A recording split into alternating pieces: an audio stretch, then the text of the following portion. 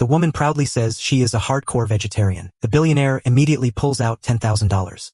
He claims that if she eats the steak in front of her, he will hand over the cash on the spot. Amy hesitates for a moment. In the end, she cannot resist the temptation. She grabs the steak and starts devouring it wildly. Seeing Amy break her vow, the billionaire bursts into laughter. Satisfied, he orders the butler to present the money. The billionaire announces that tonight the real game officially begins. The billionaire promises that the winner of this game will walk away with $500 million. The game quickly kicks off. Round 1. They place electric shock devices on Blackie's head, and also on the head of his goddess May. The billionaire questions Blackie. Will he shock himself or shock his beloved goddess May? The moment the words end, the billionaire starts the countdown. Blackie's heart leaps straight into his throat. Seeing the fear in her eyes, he slams the red button, choosing to shock himself to protect the fragile goddess. What he does not know is that after he is shocked, the goddess reveals a smug smile. Luckily, Blackie is physically tough. The shock fails to take his life. The next choice falls into Mai's hands. She must choose between the old woman and herself to receive the shock.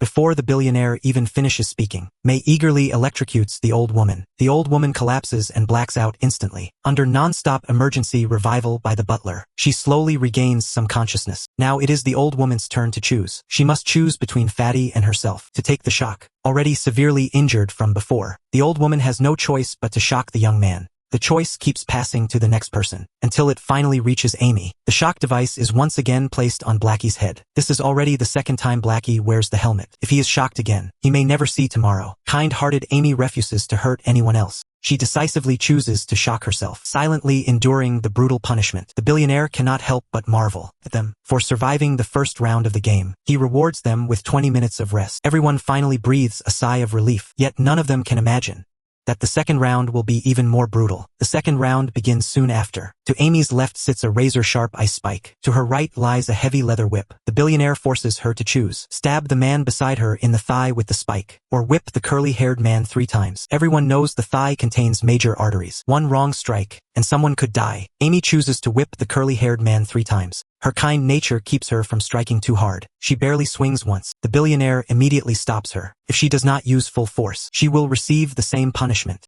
With no choice, Amy uses every ounce of strength she has, whipping the curly-haired man hard across the back. After 3 strikes, his back is torn open and bleeding. Yet the curly-haired man who served in the military says this pain is nothing to him. He tells Amy not to feel guilty. Now it is Matt's turn to choose. The same ice spike and leather whip. The billionaire asks him, will he stab Amy's thigh with the spike, or whip the curly-haired man 3 times? Matt freezes in shock. This is a setup against my brother. The countdown randomly begins. That spike is thick and brutal. If it pierces Amy's slender thigh, it could easily hit a major artery. For safety reasons, Matt also chooses to whip the curly-haired man 3 times. With each swing of the whip, the curly-haired man nearly loses all feeling in his back. Yet driven by sheer willpower, he pushes through it. Finally, it is the curly-haired man's turn to choose. But when the billionaire presents the options, everyone is instantly stunned.